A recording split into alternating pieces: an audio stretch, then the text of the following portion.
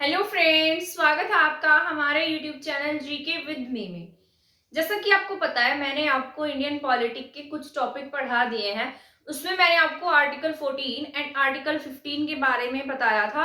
Article 15 जो था वो हमारा कंप्लीट नहीं हुआ था, क्योंकि मैंने आपको कहा था कि जो आर्टिकल 15 है उसके कुछ सब क्लोजेस है जो थोड़े से लेंथी होते हैं, जिसके बारे में डिटेल से पढ़ना जरूरी होता है। ये क्लास आपकी मैंने आपको बताई थी कि आपके यूपीएससी एग्जाम के लिए, यूपीएससी के साथ साथ अगर आप कोई भी स्टेट पीसीएस की तैयारी कर रहे हैं उसके लिए, और आप हरियाणा से हैं तो आपके हरियाणा एचसीएस के एग्जाम के पॉइंट ऑफ व्यू से ये क्लास जरूरी रहेगी, क्योंकि इसमें मैं आपको पूरा कंप्लीट डिटेल से बताऊंगी। मैंने आपको पहले भी जो आर्टिकल 14 है उसको भी डिटेल से पढ़ाया है। इससे पहले हम संविधानवाद क्या होता है ये सब भी पढ़ चुके हैं। संविधान क्या है, संविधानवाद क्या है, भारतीय राज्य व्यवस्था क्या है। अगर आपको वो क्लास देखनी है तो आप हमारी प्लेलिस्ट में जाकर वो क्लासेस चेक कर सकते हैं, आपको वहां पर ये क्लासेस मिल जाएंगी। मैं इसके लिए प्लेलिस्ट बना दूंगी, मैंने अभी इसकी प्लेलिस्ट नहीं बनाई है, बट मैं वहां पर आपको जब आप ये क्लास देखेंगे तब आपको यहाँ पर प्लेलिस्ट बनी हुई दिखाई देंगी। ठीक है, यूपीएससी पॉलिटी के नाम से आपको प्लेलिस्ट दिख जाएगी, यूपीएससी पॉलिटी के नाम से। और अगर आप हरियाणा एचसीएस की प्रिपरेशन कर रहे हैं तो आपने देखा होगा कि पिछले एग्जाम्स में हरियाणा जीके नहीं आई है, बट मुझे ऐसा लगता है कि इस बार हरियाणा जीके आपको देखने को मिलेगी। तो आप हमारी मैंने हरियाणा जीके जो है वो बहुत डिटेल से करा रखी है। अगर आपको देखनी है तो उसकी भी प्लेलिस्ट है, और उस प्लेलिस्ट में आपको जो हरियाणा जीके है वो हरियाणा जीके सीईटी के नाम से मिल जाएगी। ये क्लासेस आपके सीईटी के एग्जाम के लिए, एचसीएस के एग्जाम के लिए, आपके यहाँ पर टीजीटी की वैकेंसी आ रही है, पीजीटी की है, ठीक है, ग्रुप डी की है, उन सब के लिए इक्वली इंपॉर्टेंट है, क्योंकि मैंने वो सारा का सारा जितना भी डेटा पूरा डिटेल से एक्सप्लेन किया हुआ है। तो अगर आप चाहें तो वो क्लासेस देख सकते हैं। ठीक है, अब स्टार्ट करते हैं आर्टिकल 15 के बारे में पढ़ना। जैसा कि मैंने आपको पहले वाली क्लास में पढ़ाया था, क्योंकि बहुत टाइम बाद ये क्लास ले रही हूं मैं, तो शायद आप थोड़ा सा भूल गए हो, तो उसको रिकॉल कर लेते हैं कि हमने पहले क्या पढ़ा था। मैंने आपको बताया था कि जो आर्टिकल 15 है उसके सब क्लोज 1 में क्या लिखा गया है। आर्टिकल 15 सब क्लोज 1 में लिखा गया है कि कोई भी राज्य होगा वो किसी के साथ भी केवल, मैंने आपको बताया था ना, यहाँ पर जो केवल शब्द होगा ना वो इंपॉर्टेंट होगा आपका। केवल जाति के आधार पर, लिंग के आधार पर, मूल वंश के आधार पर, मैं लिख देती हूं, कोई भी राज्य केवल जाति के आधार पर, लिंग के आधार पर, मूल वंश के आधार पर, जन्म स्थान के आधार पर, और या फिर किसी भी धर्म के आधार पर क्या नहीं करेगा, भेदभाव नहीं करेगा। तो ये बात हम किस में पढ़ चुके हैं, 15(1) में पढ़ चुके हैं। जब आप ये जो भी आर्टिकल्स हैं या फिर जो फंडामेंटल राइट्स है वो पढ़ते होंगे तो बस आप यहीं तक पढ़कर इसको छोड़ देते होंगे, है ना, क्योंकि पहले मैं पढ़ती थी, मैंने भी ऐसे ही पढ़ा था। जब मैं इसकी डिटेल से, अब इसको डिटेल से पढ़ रही हूँ तो मैंने इसके सभी सब क्लोजेस पढ़े हैं, सबके बारे में डिटेल से जाना है। तो यहाँ पर 15(1) क्या है, कोई भी राज्य केवल जाति, लिंग, मूलवंश, जन्म स्थान, धर्म, इन सभी के आधार पर किसी भी व्यक्ति से कोई भेदभाव नहीं करेगा। मैंने आपको राज्य की डेफिनेशन भी बताई थी जब मैंने आपको आर्टिकल 14 पढ़ाया था। तब मैंने आपको कहा था कि जो राज्य होता है, यहाँ पर ये राज्य में क्या क्या आते हैं, जो राज्य की डेफिनेशन है वो आपके आर्टिकल 12 में दी गई थी, और मैंने आपको कंप्लीट पढ़ाई थी कि जैसे आपके कोई भी संघ सरकार है, केंद्र सरकार, राज्य सरकार, जितने भी सरकारी इंस्टीट्यूट और प्राइवेट इंस्टीट्यूट्स भी होंगे इसमें जो सरकार द्वारा पोषित है या जो भी समाज के लिए काम कर रहे हैं, वो सभी किस में शामिल होंगे, राज्य में शामिल होंगे। ये सब मैंने आपको पढ़ा दिया था। अगर आपको क्लास देखनी है तो आप उस क्लास में जाकर देखिएगा, पूरा एक्सप्लेनेशन से बताया। ठीक है, तो यहाँ पर कोई भी राज्य केवल जाति, लिंग, जन्म स्थान और इसके बाद धर्म, इसके मूल वंश के आधार पर कोई भेदभाव नहीं करेगा। इसके बाद वही मैंने सब क्लोज 2 में आपको पढ़ाया था, 15 सब क्लोज 2 में एसपीएचपी, है ना, ये मैंने आपको बताया था एसपीएचपी के बारे में। एस मैंने शॉप, पी मैंने क्या था, कोई भी पब्लिक प्लेस, इसके बाद एच मैंने क्या था, जो भी आपके यहाँ पर जो होटल्स वगैरह होते हैं वहां पर। इसके साथ साथ यहाँ पे क्या होगा, कोई भी पब्लिक सेक्टर लगा लीजिए, सार्वजनिक स्थल लगा लीजिए। एच से आपके कोई भी होटल हो गया, रेस्टोरेंट हो गया, और साथ साथ आपके यहाँ पर कोई थिएटर हो गया, प्लेस ऑफ एंटरटेनमेंट हो गया, वहां पर कोई भी आपके साथ क्या नहीं किया जाएगा, भेदभाव आपके साथ में इन स्थानों पर नहीं होगा। इसके साथ साथ मैंने आपको बताया था कि इसी में क्या ऐड किया गया है कि मान लीजिए अब कोई भी, जैसे आपके जैसे कुआं है, हैंडपंप है, स्नाना घाट है, नदी है, नाले हैं, वहां पर भी आपके साथ में इन सभी आधारों पर, इन 5 आधारों पर कोई भी भेदभाव नहीं होगा। पर अब ये बात आती है कि अब मान लीजिए कि अगर किसी के घर में ये सभी चीजें हैं तो भी क्या वो भेदभाव नहीं कर सकता है? मैंने आपको बताया था कि अगर वो सार्वजनिक है या फिर किसी भी तरीके से सरकार के वित्त द्वारा पोषित है, तभी उनके साथ में भेदभाव नहीं होगा। अगर कोई अपने पर्सनल यूज के लिए उसको बनाता है या किसी के घर में है, तब भेदभाव हो सकता है। यानी कि आप किसी के घर में घुसकर तो ऐसा नहीं कह सकते ना कि ये मुझे पानी भरने दीजिए या मुझे यहाँ से ये लेकर जाने दीजिए, तो ये तो गलत बात होती है। और इसमें आप उसके लिए लड़ाई भी नहीं कर सकते हैं, ये आपके मौलिक अधिकारों का हनन नहीं माना जाएगा। पर अगर वही हैंडपंप आपकी गली में लगा है और वो सरकार के वित्त द्वारा पोषित है, सार्वजनिक हित के लिए लगाया गया है, तब आप वहां पर उस इंसान के साथ में भेदभाव नहीं कर सकते हैं। ये सब बातें मैंने आपको आर्टिकल 15(1) एंड 15(2) में पढ़ा दी थी। एक बार मैं मार्कर चेंज कर लेती हूँ, ये थोड़ा सा सही नहीं चल रहा है, इनको ट्राई करके देखते हैं। इसके बाद आज की क्लास में हम पढ़ना शुरू करेंगे आर्टिकल 15(3) के बारे में।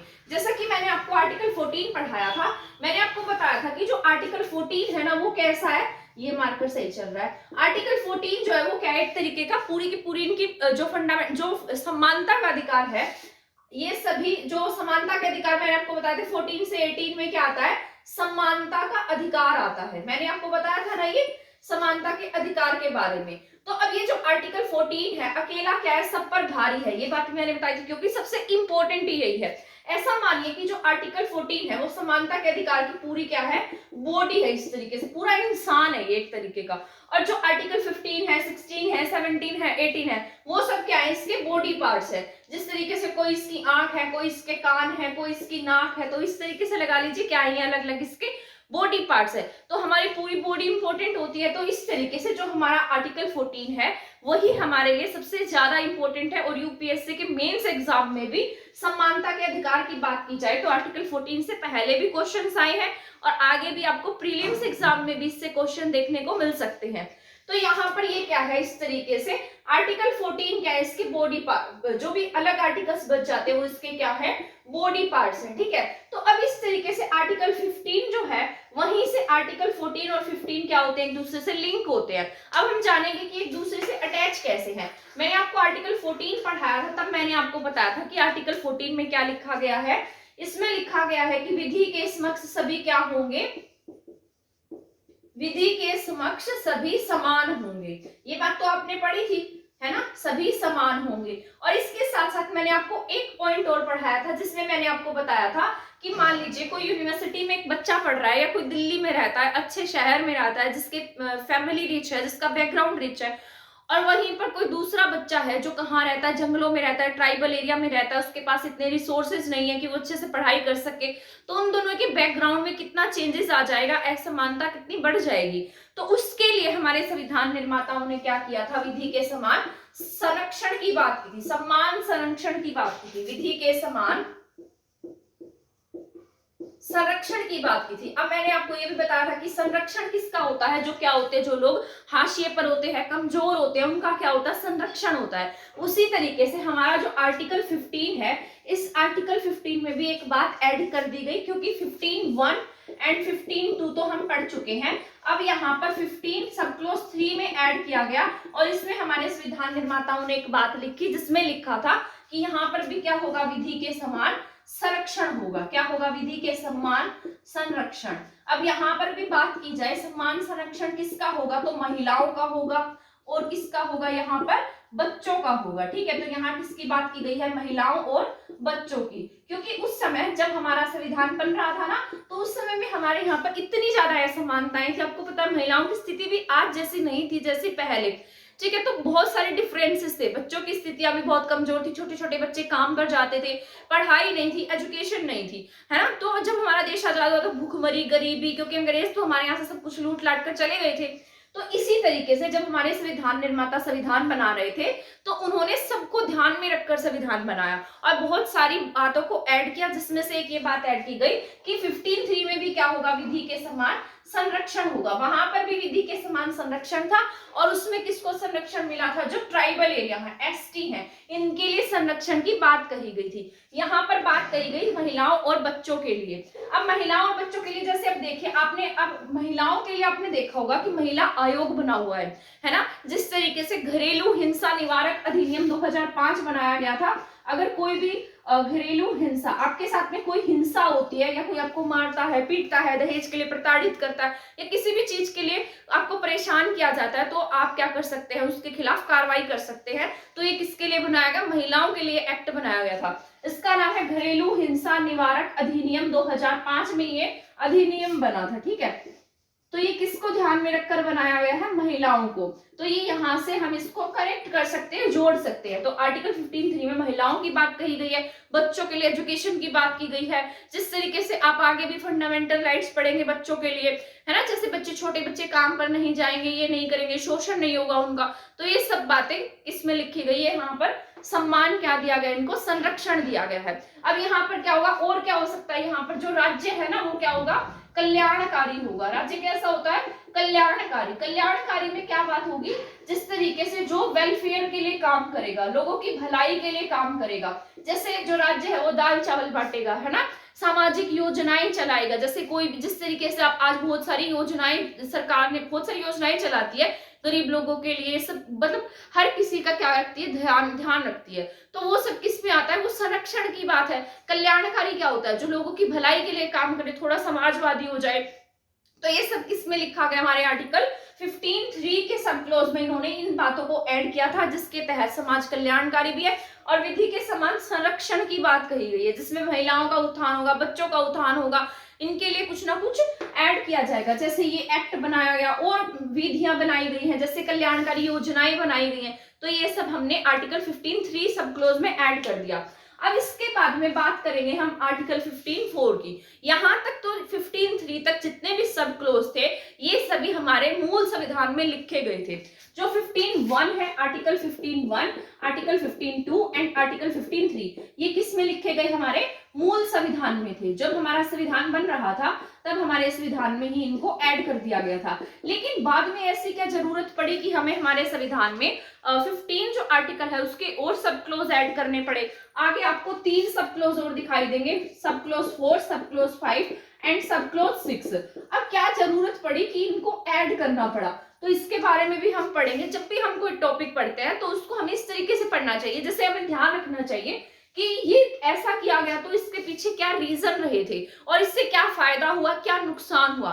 सभी चीजों का एक पॉजिटिव और एक नेगेटिव पक्ष लेकर चलना चाहिए, तो जिससे कि हमारा दिमाग क्या हो, विकसित हो जाए। इसके बाद अब हम पढ़ेंगे आर्टिकल 15(4) के बारे में। अब मैं आपको बताती हूँ यहाँ पर जो आर्टिकल 15(4) है ना, ये कैसे हमारे संविधान में ऐड होता है। जिस तरीके से मैंने आपको बताया था कि पहले मैंने 15(1) में आपको बताया है कि कोई भी जिस तरीके से राज्य होगा वो किसी के साथ भी जाति, धर्म, मूल वंश, धर्म, इनके आधार पर क्या नहीं करेगा, भेदभाव नहीं करेगा। पर यहीं पर अब एक अलग बात आपको देखने को मिलेगी। 1950 के आसपास मद्रास सरकार ने क्या किया, जाति के आधार पर मद्रास सरकार ने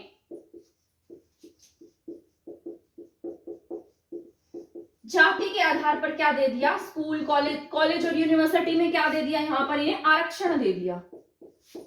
कॉलेज में, यूनिवर्सिटी में यहाँ क्या मिल गया बच्चों को, आरक्षण। और किसके आधार पर दिया गया था, जाति के आधार पर, ठीक है। पर हमने 15(1) में क्या पढ़ा था कि जाति के आधार पर क्या नहीं होगा, भेदभाव नहीं होगा। तो यहाँ पर तो ये दोनों केस आपस में एक दूसरे से क्या होंगे, टकरा जाएंगे, है ना, क्योंकि ये क्या, और यहाँ पर आप देख रहे होंगे साफ साफ कि क्या हो रहा है, यहाँ पर हमारे मूल अधिकारों का क्या हो रहा है, यहाँ हनन हो रहा है, ठीक है। तो इस केस को लेकर यहाँ पर मद्रास सरकार से सवाल पूछा गया, तो मद्रास सरकार ने क्या कहा कि मैं तो किसको फॉलो कर रहा हूँ, डीपीएसपी को, क्योंकि हमारे आर्टिकल जो 46 है ना, राज्य के नीति निदेशक तत्व, उसमें क्या लिखा गया है कि राज्य जो है वो क्या कर सकता है, जो वंचित वर्ग है उनको ध्यान में रखकर काम कर सकता है, उनकी भलाई के लिए, उनके उत्थान के लिए काम कर सकता है, ठीक है। तो राज्य क्या करेगा, उत्थान के लिए जो गरीब लोग हैं या फिर जिस तरीके से कोई जाति, विशेष जाति है, किसी को मतलब बराबर पर लाना है, उसका उत्थान करना है, तो क्या कर सकता है वो, उसके लिए विशेष उपाय कर सकता है, कुछ भी कर सकता है। तो इस आधार पर मद्रास सरकार ने 1950 में क्या किया, यहाँ पर इन्हें जाति के आधार पर यूनिवर्सिटी एंड कॉलेजेस में क्या दे दिया, आरक्षण दे दिया। तो अब यहाँ पर ये तो मुद्दा गलत उठ गया कि यहाँ पर कुछ लोग ऐसे कहने लगे कि हमारे मौलिक अधिकारों का ये हनन है, अब जाति के आधार पर ऐसे कैसे आरक्षण दे सकते हैं, क्योंकि आर्टिकल 15(1) में तो ऐसा लिखा गया है कि हमारे साथ जाति के आधार पर किसी प्रकार का कोई भेदभाव नहीं होगा। तो यहाँ पर अब ये जो मामला है ना 1951 के में, ये जो मामला है इसमें मद्रास में एक व्यक्ति थे जिनका नाम था चंपकन बोम्बई। चंपकन बोम्बई, इनके तो नाम भी थोड़े से ऐसे हैं, साउथ के नाम है ना, तो हमें थोड़े अटपटे लगते हैं क्योंकि हमारे नाम ऐसे अलग होते हैं, इनके अलग होते हैं ना। तो इनका नाम था चंपकन बोम्बई। 1951 का चंपकन वर्सेस चंपकन बोम्बई राजन, इन्होंने सुप्रीम कोर्ट में क्या कर दिया, केस कर दिया कि ये किस तरीके से यहाँ तो इनके मौलिक अधिकारों का जाति के आधार पर क्या हो रहा है, हनन हो रहा है। अब मान लीजिए आपका कोई स्टेट है, आप किसी और जाति से बिलोंग करते हैं और आपके मौलिक अधिकारों का कोई हनन कर रहा है या किसी दूसरी जाति को आरक्षण मिल रहा है, उस समय की बात बता रही हूँ मैं आपको यहाँ पर। अगर आप तब होते तो आपकी ही स्टेट का कोई व्यक्ति क्या करता, वहां केस कर देता। तो ऐसा यहाँ पर हुआ, चंपकन बोम्बई राजन ने क्या किया, वहां पर मद्रास के ही व्यक्ति थे, इन्होंने सुप्रीम कोर्ट में अर्जी लगा दी कि यहाँ पर हमारे क्या हो रहा है, जो मौलिक अधिकार है उनका सरकार क्या कर रही है, हनन कर रही है, जाति के आधार पर आरक्षण दे रही है, जो कि गलत है। तो सुप्रीम कोर्ट ने क्या किया, इस निर्णय को गलत ठहरा दिया और कहा कि इस तरीके से आरक्षण देना गलत है और इस जो मद्रास सरकार थी उसके जो फैसला है उसको रद्द कर दिया गया। अब यहाँ पर उस समय वैसे भी आपको पता है 1952 में इलेक्शन हो रहे थे, तो इलेक्शन आपको पता है कि जो आरक्षण है वो वोट बैंक का बहुत मतलब बढ़िया काम करता है, वोट बैंक में आरक्षण। तो उस समय से लेकर जब यहाँ पर किसकी सरकार थी, नेहरू की सरकार थी, ठीक है। 1952 में इलेक्शन हुए थे और 1951 में क्या कर दिया गया, इसको इन्होंने क्या कर दिया, सुप्रीम कोर्ट ने इसको रद्द कर दिया कि आप इस तरीके से आरक्षण नहीं ले सकते, ये दूसरे लोगों के मौलिक अधिकारों का हनन है। तो अब ये जो मामला है वो संसद में जाएगा। अब जैसे ही मामला संसद में गया तो संसद ने क्या किया, इसके लिए क्या कर दिया, अमेंडमेंट। अब मैं आपको बताती हूँ कि संसद जो है उसको अमेंडमेंट करने की जरूरत क्यों पड़ी। अगर आपका कोई भी मामला सुप्रीम कोर्ट में जाता है और सुप्रीम कोर्ट उसको रद्द कर देता है तो संसद के पास ये अधिकार होता है, क्या होता है, संसद के पास में यह अधिकार होता है कि जो संसद है ना वो क्या कर सकती है, संविधान में संशोधन कर सकती है और संविधान में संशोधन करके सुप्रीम कोर्ट का जो फैसला है उसको रद्द कर सकती है, उसके अपोजिट काम कर सकती है, ठीक है। तो इसीलिए क्या किया गया, संविधान में संशोधन किया गया। आर्टिकल 368 से क्या करते हैं, हम संविधान में संशोधन करते हैं, ठीक है। तो यहाँ पर क्या कर दिया, संसद ने संविधान में संशोधन किया और संशोधन करके आर्टिकल 15 सब क्लोज को ऐड कर दिया, किसने, संसद ने। और कब ऐड किया गया, ये 1951 में। और ये कौन सा अमेंडमेंट था, आपका फर्स्ट अमेंडमेंट था, ठीक है। कैसा अमेंडमेंट था, फर्स्ट अमेंडमेंट। अब जब भी अमेंडमेंट होते हैं तो इसका मतलब ये नहीं है कि आपके सिर्फ एक ही सब क्लोज ऐड होगा, इसके साथ साथ और भी बहुत सारे सब क्लोज ऐड किए गए थे। जिस तरीके से जैसे भूमि सुधार वगैरह वाला था वो भी फर्स्ट अमेंडमेंट से, 9वीं अनुसूची जो आपकी आई थी ना फर्स्ट अमेंडमेंट से थी। तो यहाँ पर फर्स्ट अमेंडमेंट से बहुत सारे सब क्लोज को ऐड किया गया। इसका मतलब जब भी कुछ ऐड होता है तो एक चीज ऐड नहीं होती, उसके साथ साथ बहुत सारी चीजें भी ऐड हो सकती है। तो यहाँ पर तो केवल हमारा इतना ही पढ़ना जरूरी है क्योंकि अभी हम इसके बारे में पढ़ रहे हैं। बाकी सब खिचड़ी मतलब बाकी सब चीजें पढ़ेंगे तो हमारा दिमाग जो मैसअप हो जाएगा, ठीक है। उसके बारे में हम नेक्स्ट में पढ़ेंगे जब हम उन टॉपिक्स के बारे में पढ़ेंगे, ठीक है। तो यहाँ पर फर्स्ट अमेंडमेंट से यहाँ पर आर्टिकल 54 को संसद ने ऐड कर दिया और अब इसको क्या बना दिया गया, फंडामेंटल राइट बना दिया गया और सुप्रीम कोर्ट के फैसले को यहाँ पर संसद ने रद्द कर दिया। और इस 15(4) में क्या लिखा गया है उसके बारे में भी हम जान लेते हैं कि जो राज्य है वो क्या करेगा, सामाजिक और शैक्षणिक, ध्यान रखना इन बातों का जो मैं लिख रही हूं, सामाजिक और शैक्षणिक, शैक्षणिक रूप से पिछड़े वर्ग,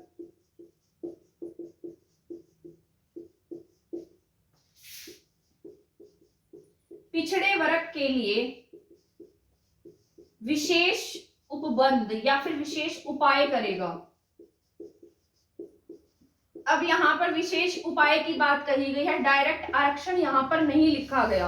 आप ये बात ध्यान रखिएगा क्योंकि आगे कुछ आर्टिकल ऐसे आएंगे जहां पर आपको डायरेक्ट आरक्षण देखने को मिलेगा, आगे सब क्लोज ऐड करके आरक्षण लिख दिया गया है। और विशेष उपाय में तो कुछ भी हो सकता है, कल्याणकारी योजनाएं भी हो सकती हैं, कुछ नीतियां हो सकती हैं, आरक्षण हो सकता है, कुछ भी हो सकता है। तो ये बातें आपको याद रख लेनी है। जो मैंने ये लाइन लिखी है ना, ये आपकी बहुत इंपॉर्टेंट है। राज्य के द्वारा सामाजिक और शैक्षणिक रूप से पिछड़े वर्ग के लिए विशेष उपाय करेगा, ठीक है। ये बात जो मैंने लिखी है ना, सामाजिक और शैक्षणिक, ये भी आपकी इंपॉर्टेंट है। और यहाँ पर जो लिखा है पिछड़ा वर्ग, ये भी इंपॉर्टेंट है, ठीक है। अब यहाँ पर किसकी बात नहीं कही गई है, आर्थिक रूप से पिछड़े लोगों की बात हमारे संविधान में नहीं कही गई। यहाँ पर सामाजिक और शैक्षणिक रूप से पिछड़े वर्ग के लोगों की बात कही गई है। ठीक है, अब यहाँ पर सवाल आया कि ये पिछड़े वर्ग तो यहाँ पर लिख दिया और यहाँ पर सामाजिक और शैक्षणिक रूप से पिछड़े वर्ग लिखा गया है। अब यहाँ पर जो सामाजिक और शैक्षणिक रूप से पिछड़े हुए लोग हैं वो कौन है, तो ये सवाल भी आता है। यहाँ पर एक्सप्लेन तो इसमें नहीं किया गया, तो बाद में इसको एक्सप्लेन करने के लिए अलग अलग आयोग बिठाए गए, कमेटियां बिठाई गई, जिसमें ये डिसाइड किया गया कि जो पिछड़े वर्ग है वो कौन है। ठीक है, तो इसके लिए जो कमेटी बनी थी ना, उनके बारे में भी मैं आपको बता देती हूँ। जैसे आपके 1953 में ही एक कमेटी बिठाई गई जिसका नाम था काका कालेकर समिति। ठीक है, काका कालेकर समिति जो बिठाई गई थी उसमें काका कालेकर को एक काम दिया गया था कि आप यहाँ पर ढूंढ कर लाइए कि जो पिछड़ी जाति, पिछड़े वर्ग है वो कौन है।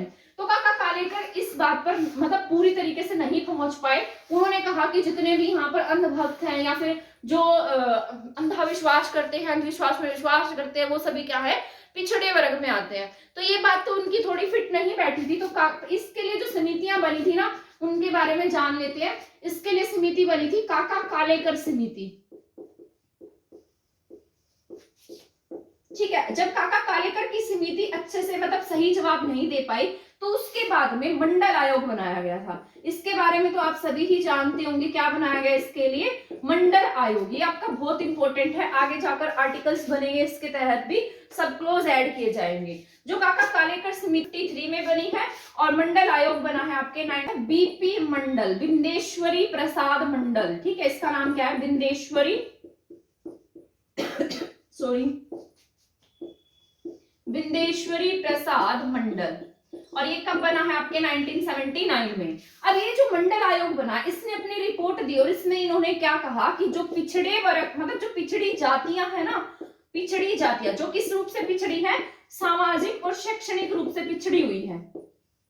यहाँ पर एक बात याद रखनी है, आर्थिक बात नहीं कही गई, सामाजिक और शैक्षणिक रूप से जो पिछड़ी जाती है वही क्या है, यहाँ पर पिछड़ा वर्ग है। तो किसने कही ये बात, आपके बीपी मंडल आयोग ने ये बात कही थी। ठीक है, तो परंतु मंडल आयोग ने आगे जाकर 27% आरक्षण की बात भी कही थी, जिसको आगे लागू नहीं किया गया था। अभी यहाँ लागू नहीं किया जाएगा, बाद में इसको आगे लागू किया जाएगा, जिससे सब क्लोज और ऐड हो जाएगा। ठीक है, तो यहाँ पे मंडल आयोग 1979 में इसका गठन किया गया। रिपोर्ट पिछड़ी जाति की पिछड़ा वर्ग, मतलब इन्होंने क्या कहा कि हमारे यहाँ पर क्या है, जितने भी पिछड़े जातियां हैं वो क्या है, पिछड़ा वर्ग है। और उस समय में हमारे यहाँ पर लगभग 2000 से ज्यादा क्या थी, पिछड़ी जातियां थी, जिन्हें किसमें ऐड किया गया, पिछड़े वर्ग में। ठीक है, तो ये बात आपको थी। उसने क्या साफ कर दिया कि पिछड़ी जातियां ही क्या, पिछड़ी जातियां ही क्या है, पिछड़ा वर्ग है। अब ये सवाल आया कि यहाँ पर जो आरक्षण है वो किस प्रकार से लोगों को दिया जाए, क्योंकि 2000 जातियां थी और इस समय में ये सवाल उठ रहा था कि जो मतलब क्या नाम है, जो आरक्षण है वो किस तरीके से दिया जाए। इसीलिए यहाँ पर इन बातों को ऐड करने के लिए 15 सब क्लोज 4 को ऐड, सब क्लोज 4 में ये बातें लिख दी गई। और सब क्लोज 4 में मैंने आपको पहले भी बताया था कि सामाजिक और शैक्षणिक रूप से पिछड़े वर्ग के लिए विशेष उपाय किए जाएंगे, वही सब बातें। और ये सभी का सभी डेटा जो है वो किस में लिखा गया है, आर्टिकल 15(4) में लिखा गया है। तो आपका आर्टिकल 15(4) सब क्लोज जो है वो क्या हो जाता है, आपका बहुत इंपॉर्टेंट हो जाता है फॉर आपके एग्जाम के पॉइंट ऑफ व्यू से। तो यहाँ पर आई थिंक आपको यहाँ तक तो ये बातें समझ में आ गई होंगी। और बाकी का जो आर्टिकल 15(5) है और 15(6) है वो भी थोड़ा लेंथी है, उसको मैं आपको कल की क्लास में पढ़ा दूंगी, क्योंकि वो क्या है, आपका इंपॉर्टेंट भी है। जिस तरीके से आज आप ईडब्ल्यूएस पढ़ते हैं, इकोनॉमिकली वीकर सेक्शन है ना, वो भी आपके इन्हीं के आधार पर ऐड किया गया है। इसी में आपने क्या पढ़ा है, जैसे आज हमने क्या पढ़ा, 15(3) एंड 15(4) के बारे में डिटेल से जान लिया है। अब 15(5) में जानेंगे और 15(6) में क्या क्या लिखा है उसके बारे में हम नेक्स्ट क्लास में हमारे जानेंगे। आई होप आपको ये क्लास समझ में आ गई होगी। अगर फिर भी कोई डाउट रह जाता है तो कमेंट सेक्शन में पूछ सकते हैं, और अगर आपको हमारे नोट्स चाहिए तो आप हमारा टेलीग्राम चैनल भी ज्वाइन कर सकते हैं। इस तरीके से देख लीजिए, ये मैंने अपने नोट्स बना रखे हैं, पूरे डिटेल से लिखे हुए हैं। अगर आपको हमारे नोट्स चाहिए तो आप हमारा इस तरीके से टेलीग्राम चैनल भी ज्वाइन कर सकते हैं, आप हमारी क्लास को शेयर कर सकते हैं। ठीक है, यहाँ मैंने पूरा कंप्लीट डिटेल से लिखी गई है सारे की सारी चीजें। ये मेरे नोट्स हैं, जितना पढ़ाऊंगी उतने ही नोट्स मैं आपको शेयर कर दूंगी। ठीक है, तो आप हमारे और टेलीग्राम चैनल का जो लिंक होगा ना, वो आपको हमारे डिस्क्रिप्शन बॉक्स में देखने को मिल जाएगा। वहां से आप हमारा चैनल भी ज्वाइन कर सकते हैं। और अगर आपने वीडियो को शेयर नहीं किया तो आप हमारी वीडियो शेयर भी कर सकते हैं, चैनल को सब्सक्राइब भी कर सकते हैं। थैंक यू, धन्यवाद।